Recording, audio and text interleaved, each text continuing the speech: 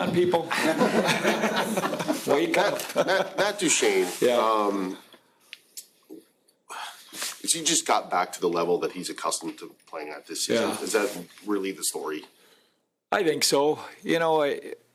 Listen, he's played at a high level for a long time in this league. And like every player, he's had some down years. He's not the first player, especially a guy who gets measured by his offensive numbers, to have some dips over his career at different points. I mean, we've got guys in our dressing room like that too. So, I think it was just a circumstance. He had an off year. Their team had an off year.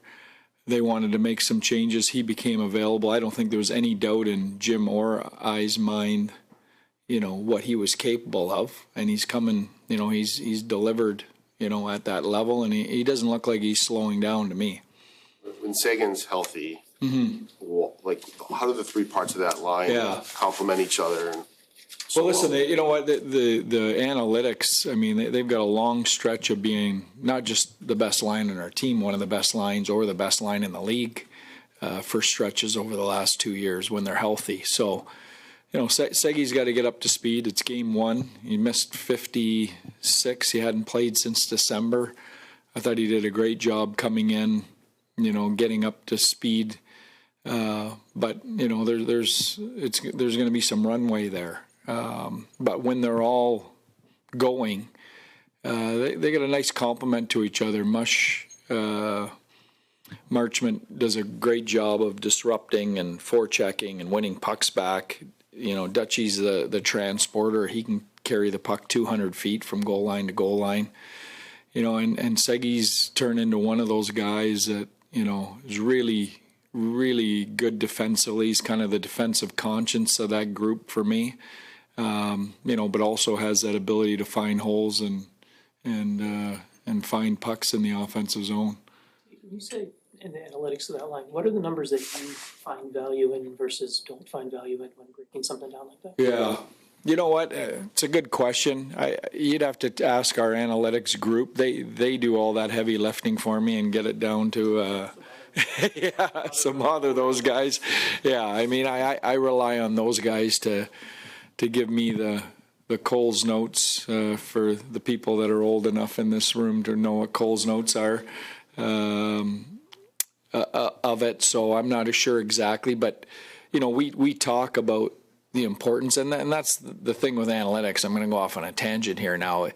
It's critical that you get the right things put into that pot, in order to get valuable information out. So. That's the importance of that. And when it comes to the value and getting things out of it, how much do you actually communicate that with the players of this actually means something, or does that also fall on that staff there? No, it means something. I mean, I'll give you an example. We had we have a game impact number for our entire roster after a game.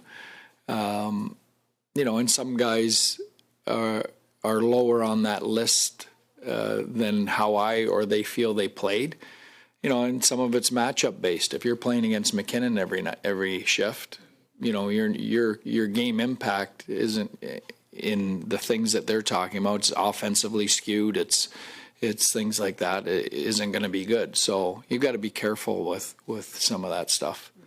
A little more. Is it like a score from 1 to 10, or what does a game impact score look like? It's a number, and it's everyone that plays in the game, and there's a bunch of things that go into that, but it is offensively slanted. Puck touches, puck battles, chances for, chances against. There's a whole bunch of things that go into that. And again, if you're matched up against a guy like McKinnon all night, your number's not going to be probably reflective of how effective you were. Speaking of McKinnon, I mean, you have obviously three centers that you could probably put any of them out against him, but did you feel particularly comfortable, especially with a player like Rope going up against his line? You know what? That wasn't a hard match for us. If that's what ended up happening, that's what ended up happening. I feel like when you're playing a player like that, you've got to build out at least 3 and probably 4 lines that can play against him. He's on the ice, for heavy minutes in all situations. We're going on the road, obviously, into Denver where they control those matchups. So, I don't think you can be married to 1 or even 2 matchups against him. I think your whole group has to be prepared to play against him. The same way with the defense pairs, or is it a little bit different with defense? Yeah, no, I think, well, listen, everyone has matchups. I'm more of a defense matchup guy than a forward matchup guy, but, same thing. You're not going to be able to get one pair out against him, especially when you're going on the road. Every day we're asking Mikko the same questions, and he's answering them, gracefully, and he seems like he's in a good mindset. Yeah. How are you seeing how he's handling, just the scrutiny on him, the going up against his old team, everything that he's gone through? You know what? I've just been really impressed with his professionalism and his composure. Is probably the best word for it. He's got a lot on his plate. I don't think anyone should be surprised that this hasn't come easily and all at once. I think the track record of guys in similar situations to this, tells everyone in this room, including, our coaching staff, that this isn't going to be easy. So, I think he's actually probably ahead of schedule on where I think, my projections were, where he might have been or could have been. At best case projections, there's no. It's seamless. I don't think that's realistic, but I think he's ahead of where I think potentially he could have been, and where some other guys in the similar situation, the level they played at and how long it took them. So I've been really happy with him, and I think he's going to get better and better. I don't think what you're seeing is an act. I think he feels comfortable. I think he feels like it's really close, and he's just got to stick with it. At the same time, you need him obviously to be as good as he can be. How do you walk that line of pushing him but not pushing him too hard? Yeah. Well, yeah. We need him, but he's not going to win this series for us single-handedly. He's got to play a part. But we've got a big group around him, and until he gets to a point where he's making a nightly impact, other guys have to do some heavy lifting. Changes tonight? We're probably going to have a couple, but that'll be game time. Miro's out today. Obviously, we saw him out. Miro's out. Yeah. Coach, with Mikko, when he first got here, how much more comfortable? I know you're saying it's a process and all that. It feels like it was real shocking for him, the initial trade and then the uncertainty. How much more comfortable is he now versus when he first got here in Carolina? I think every day he gets more comfortable. I think off ice he's settled, from what I understand. With his housing and things like that, he's gotten to know the group, so that's always a big part of it. On the ice, I think there's still a transition. Look at, he played in one place for almost a decade, and he played with one guy for almost a decade, and that guy.